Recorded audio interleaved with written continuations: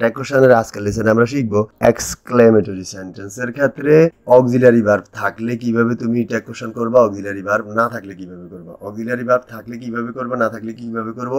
এর আগের ক্লাসগুলোতে আমরা অলরেডি এটা শিখেছি যে অক্সিলারি ভার্বের ক্ষেত্রে কোন নিয়ম, অক্সিলারি ভার্ব না থাকলে কোন নিয়ম। কিন্তু আমাকে এবার চিনতে হবে যে এক্সক্লেমেটরি সেন্টেন্স গুলো চিনতে হবে। এক্সক্লেমেটরি সেন্টেন্স গুলোর গঠনটা কেমন দেখো, এই যে how beautiful the garden is. Okay, এবার দেখো এখানে যে কমা আছে, তুমি এবার এই পাশে প্রনাউনটা কি বসাবা, দেখো যে দ্য গার্ডেন এটা হলো সাবজেক্ট, আর সাবজেক্টের পরে এটার পরিবর্তে আমরা এখানে ইট বসাবো। তোমরা অবশ্যই এর আগে একটা নিয়ম দেখছো, আমরা কোন কোন ক্ষেত্রে ইট বসিয়েছিলাম। ওকে, বস্তুবাচকের ক্ষেত্রে ইট বসে, সেই ক্ষেত্রে আমরা ইট বসালাম। এখানে ইজ আছে, নট নাই, ইজন্ট হবে। ওকে, এবার আসো এক্সক্লেমেটরি সেন্টেন্সের ক্ষেত্রে অক্সিলারি ভার্ব না থাকলে আমরা পূর্বের নিয়মে ডু ডাজ ডিড বসাবো। কখন ডু বসাবো, কখন ডাজ বসাবো, কখন ডিড বসাবো। প্রেজেন্ট টেন্সে ডু ডাজ বসবে আর পাস্ট টেন্সে ডিড বসবে। এবার প্রেজেন্ট টেন্সে ডু ডাজ বসবে, কিন্তু একই ক্ষেত্রে তো ডু ডাজ বসবে না, সবসময় ডু বসবে। ডাজ কখন বসবে, অর্থাৎ থার্ড পারসন সিঙ্গুলার নাম্বার হলে ভার্বের সাথে এস বা ইয়েস যুক্ত হবে, সেই ক্ষেত্রে ডাজ বসবে। ওকে, দেখো how sweetly the bird sings, তারপরে ভার্বের সাথে যখন তুমি এস বা ইয়েস দেখবা